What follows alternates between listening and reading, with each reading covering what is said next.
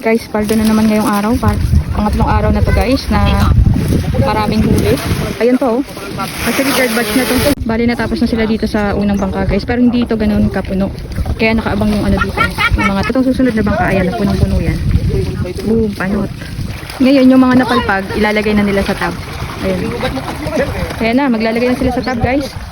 Hindi lang namin talaga nakunan yung first and second batch kasi nasa pag-survey kami kanina ng lupa. Ayan na, at nag-start na silang magsalin sa ano, sa tab. Sa estimate ata sa naririnig ko baka makadalawang tab dito sa kay Uno Lagahino kasi si Uno Lagahino sumunod lang yan. Umano lang siya. Umantabay lang siya doon sa isang maliit.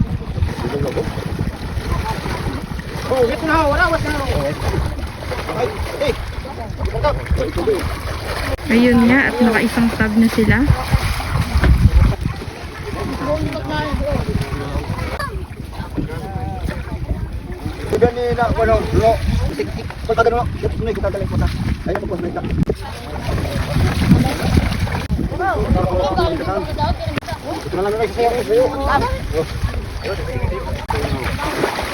Ayun nga, nakadalawang tab sila.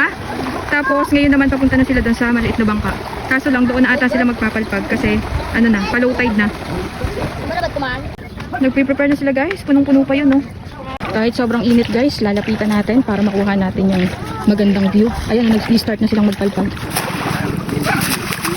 Paldo na naman guys, paldo.